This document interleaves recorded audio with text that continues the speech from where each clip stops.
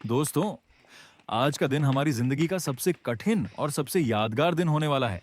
आज हम पारसनाथ हिल की ट्रैकिंग करने वाले हैं, लेकिन क्या हम बिना रुके टॉप तक पहुंच पाएंगे या फिर बीच रास्ते से ही हार मान लेंगे? रास्ते में बंदर, खतरनाक चढ़ाई, झरना, शॉर्टकट और बादलों के बीच ऐसा नजारा देखने को मिलेगा कि आप भी बोल उठेंगे, वाह! तो वीडियो को आखिर तक जरूर देखना, क्योंकि आज का व्लॉग बहुत ही जबरदस्त होने वाला है। राम राम दोस्तों, आप सभी का स्वागत है हमारे चैनल जर्नी ऑफ प्रदीप में। फिर हमने जल्दी जल्दी रूम चेकआउट किया और सीधे पहुंच गए पारसनाथ हिल चढ़ने वाले मुख्य गेट पर। दोस्तों, गेट पर पहुंचते ही हमने एक एक लाठी भी ले ली, क्योंकि आगे जाकर यही लाठी हमारा सबसे बड़ा सहारा बनने वाली है। सुबह 6:58 पर हम लोगों ने अपनी ट्रैकिंग शुरू कर दी। शुरुआत में तो जोश इतना था कि लग रहा था बस 1.5 घंटे में ऊपर पहुंच जाएंगे। लेकिन दोस्तों, आगे जो होने वाला था उसका अंदाजा हमें बिल्कुल भी नहीं था। और हाँ दोस्तों, अगर आप लोग कभी पारसनाथ आए और पैदल नहीं चढ़ सकते, तो यहाँ बाइक और पालकी दोनों की सुविधा मिल जाती है, जो आपको काफी ऊपर तक छोड़ देते हैं। लेकिन एक बात ध्यान रखना, बाइक वाले पहले 600 से 700 रुपए तक बोलते हैं, लेकिन अगर आप थोड़ा मोल भाव करेंगे तो 200 से 300 रुपए में भी मान जाते हैं। इसलिए बिना मोल भाव किए कभी मत बैठना। अब हम लोग धीरे धीरे आगे बढ़ेंगे। शुरुआत में तो सब लोग बड़े जोश में चल रहे थे। कोई वीडियो बना रहा था, मैंने कोई फोटो खींच रहा था, कोई बोल रहा था आज तो पूरा पहाड़ फतह करके ही लौटेंगे। लेकिन दोस्तों, मुश्किल से 2 किलोमीटर भी नहीं चले थे कि असली ट्रैकिंग क्या होती है उसका एहसास होने लगा। सांस फूलने लगी, पैर भारी होने लगे और शरीर बोलने लगा, भाई अभी तो शुरुआत है। मेरा पार्टनर भी थोड़ा थकने लगा था। मैं उसे बार बार हौसला देता रहा, चल भाई थोड़ा और, अब ज्यादा दूर नहीं है। हालांकि सच बताऊं, मुझे खुद नहीं पता था कि कितना दूर है, लेकिन हौसला देना भी जरूरी था। इसी तरह हंसी मजाक करते हुए बंदर तो हम लोग आगे बढ़ते रहे। रास्ते में बहुत सारे बंदर भी मिल रहे थे। कोई पेड़ पर बैठा था, कोई रास्ते के किनारे, और कुछ तो ऐसे देख रहे थे जैसे कह रहे हो, चलो आज कौन अपना नाश्ता हमें खिलाएगा। हम भी थोड़ा बंदर मामा के साथ मस्ती करने लगे, फोटो लिए, वीडियो बनाए और फिर आगे बढ़ गए। तो दोस्तों, लगभग 3 किलोमीटर तक आते आते ही हालत खराब होने लगी थी। सांस तो ऐसे फूल रही थी जैसे 100 मीटर की रेस दौड़ कर आए हों। फिर हमने सोचा, अगर इसी मेन रास्ते से चलते रहे तो ऊपर पहुंचते पहुंचते शाम हो जाएगी। फिर हमने फैसला किया कि चलो शॉर्टकट रास्ता अपनाते हैं। सच बताऊं दोस्तों, शुरुआत में तो शॉर्टकट देखकर थोड़ा डर भी लग रहा था, क्योंकि रास्ता पूरा ऊबड़ खाबड़ में पत्थर ही पत्थर और सीधी चढ़ाई। लेकिन जैसे ही थोड़ा आगे बढ़े, पता चला कि सच में शॉर्टकट से आधे से भी ज्यादा दूरी बच रही है। इसलिए हम लोग जितना हो सके उतना शॉर्टकट रास्ते से ही जाने लगे।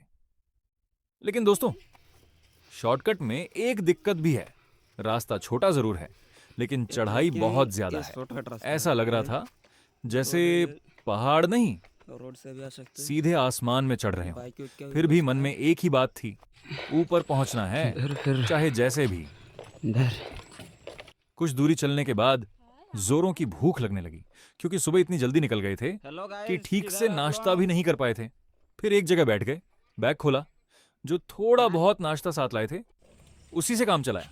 सच बताऊं दोस्तों, इतनी भूख लगी थी कि उस समय सूखी रोटी भी पनीर जैसी लग रही थी। नाश्ता करने के बाद शरीर में थोड़ी एनर्जी आई। फिर हमने कहा, चलो भाई अब फिर से शुरू करते हैं, और फिर से चढ़ाई शुरू कर दी। अब हमने तय कर लिया था कि जितना हो सके उतना शॉर्टकट से ही जाएंगे, क्योंकि मेन रास्ते से जाते तो बहुत ज्यादा घूम घूम कर चढ़ना पड़ता, और हमारी हालत तो पहले से ही टाइट थी। इसलिए दोस्तों, अगर आप लोग भी कभी पारसनाथ आएं और अगर आपकी फिटनेस ठीक है, तो जहां सुरक्षित लगे वहां शॉर्टकट रास्ता समय बचा सकता है। लेकिन ध्यान रहे, फिसलन या खतरनाक जगहों पर कभी जोखिम मत लेना। और हाँ दोस्तों, रास्ते में जो बंदर मिलते हैं ना, है ना, उनसे थोड़ा सावधान रहना। ये बंदर बिल्कुल प्रोफेशनल चोर हैं। आपके हाथ में अगर बिस्कुट, चिप्स, केला या कोई भी खाने की चीज दिख गई तो समझ लो वो उनकी हो गई। इसलिए अपना सामान थोड़ा संभाल कर रखना। दोस्तों, इतना दूर पैदल चलते चलते सांस पूरी तरह फूल चुकी थी, पैर भी जवाब देने लगे थे, लेकिन फिर भी हम लोग धीरे धीरे आगे बढ़ते रहे। कुछ दूरी चढ़ने के बाद एक मंदिर मिला जिसे श्री कालीकुंड तीर्थ धाम के नाम से जाना जाता है। हम लोगों ने बाहर से ही भगवान के दर्शन किए, प्रणाम किया और वहीं मंदिर के बाहर बैठकर थोड़ा आराम करने लगे। तभी दोस्तों, जिस बात का डर था वही हो गया। एक बंदर आया और हमारा खाने का सामान उठाकर भाग गया। और सबसे मजेदार बात, थोड़ी दूर जाकर इतने आराम से बैठकर खाने लगा जैसे उसी का सामान हो। मैंने तो पहले ही कहा था, इन बंदर मामा से अपना खाना बचाकर रखना, नहीं तो ये बिना पूछे ही नाश्ता कर लेते हैं। थोड़ा आराम करने के बाद फिर से चढ़ाई शुरू की। और दोस्तों, रास्ते में जगह जगह यात्रियों के आराम करने के लिए बैठने की व्यवस्था भी की गई है, जो सच में बहुत काम आती है, क्योंकि इतनी लंबी चढ़ाई में बीच बीच में आराम करना जरूरी भी है। लेकिन दोस्तों, जैसे जैसे ऊपर चढ़ते जा रहे थे वैसे वैसे कठिनाई भी बढ़ती जा रही थी। अब पीछे मुड़कर नीचे देखते तो लगता, अरे इतना ऊपर आ गए, और ऊपर देखते तो लगता अभी तो बहुत बाकी है। फिर सामने पहाड़ की चोटी दिखाई दी। दोस्तों, हम लोगों को वहीं तक जाना था, लेकिन जितना ऊपर हम चढ़ चुके थे उससे लगभग दोगुना और ऊपर जाना बाकी था, लगभग 5 से 6 किलोमीटर। और सच बताऊं, एक पल के लिए मन में आया, चल भाई वापस चलते हैं। लेकिन फिर हम सभी ने एक दूसरे का हौसला बढ़ाया। इतनी दूर आ गए हैं, अब वापस नहीं जाएंगे। फिर थोड़ा थोड़ा नाश्ता किया, पानी पिया, और शरीर में जैसे ही थोड़ी एनर्जी आई, हम फिर से पूरे जोश के साथ ऊपर की तरफ बढ़ने लगे। फुल एनर्जी के साथ हम लोग फिर से चढ़ाई शुरू कर दिए। लेकिन दोस्तों, ये एनर्जी भी ज्यादा देर तक नहीं टिक पाई। कुछ दूर ही चले थे कि एक छोटी सी दुकान दिखाई दी, और सबसे मजेदार बात, उस दुकान के बाहर खटिया बिछी हुई थी। अब दोस्तों, जैसे ही सबकी नजर खटिया पर पड़ी, बस पूछो मत, ऐसा लगा जैसे कई दिनों बाद अपना घर मिल गया हो। जो जहां जगह मिला वहीं जाकर धड़ाम से लेट गया। कोई पैर फैला रहा था, कोई आंख बंद करके आराम कर रहा था, और एक दो तो ऐसे सोने लगे जैसे ट्रैकिंग खत्म करके घर वापस आ गए हों। सच में दोस्तों, सबका हाल बुरा हो चुका था। चेहरे पर थकान साफ दिखाई दे रही थी, लेकिन फिर भी ऊपर पहुंचने का जोश अभी भी बाकी था। थोड़ी देर आराम करने के बाद हमने झाल झाल चटपटा चना और थोड़ा बहुत नाश्ता लिया, साथ में पानी भी पिया। सच बताऊं दोस्तों, उस समय वो साधारण सा चना भी किसी 5 स्टार होटल के खाने से कम नहीं लग रहा था। थोड़ी देर में शरीर में फिर से जान आई और हमने एक बार फिर अपनी चढ़ाई शुरू कर दी। अब तक हम लगभग 6 से 7 किलोमीटर की चढ़ाई चढ़ चुके थे, और पहली बार ऊपर बने मंदिरों की झलक साफ साफ दिखाई देने लगी। सच में दोस्तों, ऊपर मंदिर देखकर ऐसा लग रहा था कि बस अब पहुंच ही गए। लेकिन ये सिर्फ आंखों का धोखा था, क्योंकि अभी भी काफी दूरी बाकी थी। अब रास्ता पहले से भी ज्यादा कठिन होने लगा, क्योंकि आगे सीढ़ियां शुरू हो गई थीं। और दोस्तों, सीढ़ियां देखकर तो ऐसा लगा कि पहाड़ भी बोल रहा हो, चलो भाई, अब असली परीक्षा शुरू। ऊपर से किसी लोकल दुकान वाले ने बताया कि आगे नीचे की तरफ एक झरना है। हम लोगों ने सोचा, चलो पहले झरना देखते हैं। जब झरने के पास पहुंचे तो वहां का पानी देखकर ही मन खुश हो गया। हमने हाथ मुंह धोया, थोड़ा पानी पिया, और सच बताऊं दोस्तों, वह पानी इतना ठंडा था कि फ्रिज का पानी भी उसके सामने फीका लग रहा था। ऐसा महसूस हो रहा था जैसे किसी ने ऊपर से बर्फ वाला ठंडा पानी डाल दिया हो। पूरे शरीर की थकान कुछ देर के लिए गायब हो गई। अब दोस्तों, इतनी खूबसूरत जगह हो और हम लोग मस्ती ना करें, ऐसा कैसे हो सकता है? वहीं पास में कुछ भैंसें चर रही थीं। बस फिर क्या था, हम लोगों का दिमाग घूम गया। ऐसे वीडियो शूट करने लगे जैसे हम पारसनाथ घूमने नहीं, भैंस चराने आए हों। सब ने भैंसों के साथ फोटो भी खिंचवाई। कोई भैंस के पास खड़ा था, कोई दूर से पोज दे रहा था। सच में दोस्तों, ये पल बहुत मजेदार था।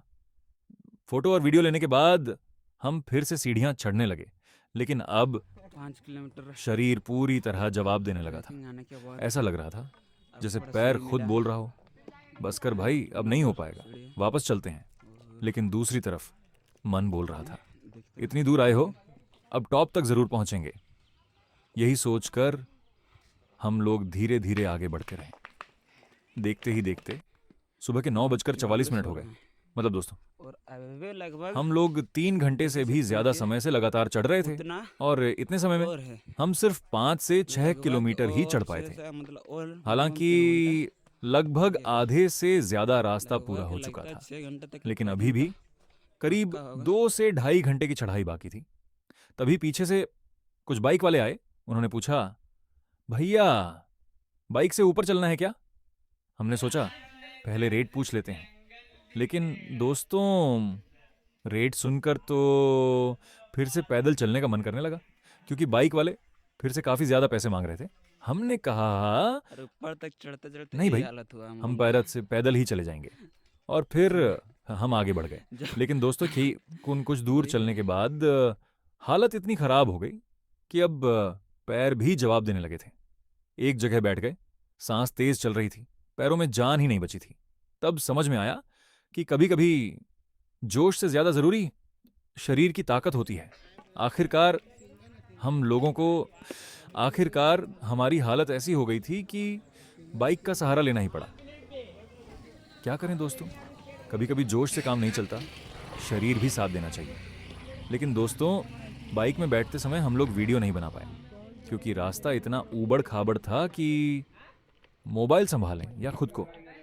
तो दोस्तों, अब सीधे आपको ऊपर का नज़ारा दिखाते हैं। सच बताऊं, जैसे ही ऊपर पहुंचे, हम लोगों की सारी थकान एक ही पल में गायब हो गई।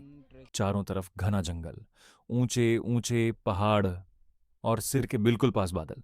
ऐसा लग रहा था मानो हम लोग धरती पर नहीं, सीधे जन्नत में आ गए हों। सच में दोस्तों, इस नज़ारे को कैमरे में पूरी तरह कैद करना मुश्किल है। जो मज़ा अपनी आंखों से देखने में है, वो वीडियो में शायद ही महसूस हो पाए।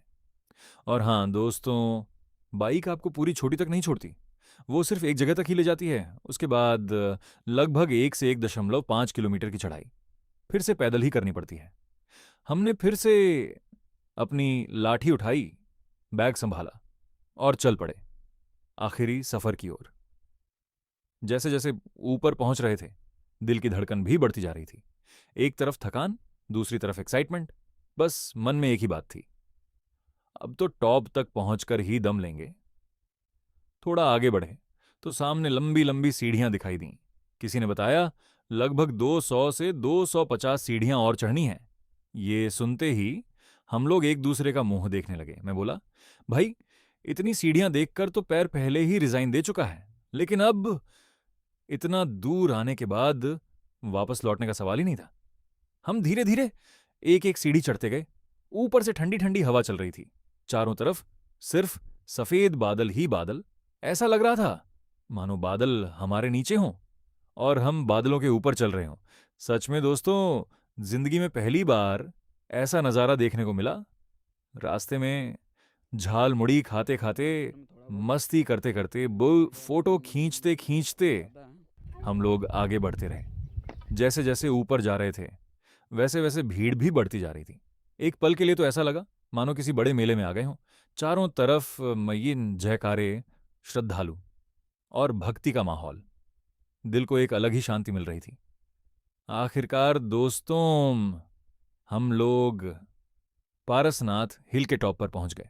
ऊपर पहुंचते ही सबसे पहले भगवान के दर्शन किए, हाथ जोड़कर प्रणाम किया और भगवान से यही प्रार्थना की, हमेशा ऐसे ही अपने परिवार और आप सभी का आशीर्वाद बनाए रखना। दर्शन करने के बाद थोड़ी देर वहीं बैठकर उस खूबसूरत नज़ारे का आनंद लिया। सच बताऊं दोस्तों, इतनी मेहनत करने के बाद जब मंजिल मिलती है ना, तो उसकी खुशी ही अलग होती है। उस समय सारी थकान, सारा दर्द, सब कुछ भूल गए थे। फिर हमने ऊपर से आप लोगों को चारों तरफ का नज़ारा दिखाने की कोशिश की, लेकिन दोस्तों कैमरा उस खूबसूरती का सिर्फ थोड़ा सा हिस्सा ही दिखा सकता है। अगर जिंदगी में कभी मौका मिले तो एक बार जरूर आइए। यकीन मानिए, ये सफर जिंदगी भर याद रहेगा। थोड़ी देर आराम करने के बाद हम लोगों ने नीचे उतरना शुरू किया। और दोस्तों, नीचे जाते समय हमने एक बार भी मेन रास्ते का इस्तेमाल नहीं किया। पूरा रास्ता शॉर्टकट से ही नीचे आए। हालांकि शॉर्टकट में थोड़ा रिस्क ज़रूर था, इसलिए अगर आप लोग आएँ तो जहां रास्ता सुरक्षित लगे वहीं से जाएं। जल्दबाजी बिल्कुल मत करना। तो दोस्तों, आज का व्लॉग यहीं तक। अगर आपको हमारा ये पारसनाथ हिल ट्रैकिंग व्लॉग पसंद आया हो तो वीडियो को लाइक ज़रूर करना, अपने दोस्तों और परिवार के साथ शेयर करना, और अगर चैनल पर नए हो तो जर्नी ऑफ प्रदीप को सब्सक्राइब करके बेल आइकन ज़रूर दबा देना। कमेंट में ज़रूर बताना अगर आपको मौका मिले तो क्या आप पारसनाथ हिल की पूरी ट्रैकिंग पैदल करना चाहेंगे या बाइक से जाना पसंद करेंगे। कमेंट में ज़रूर बताना। मिलते हैं अगले व्लॉग में, तब तक के लिए राम राम दोस्तों।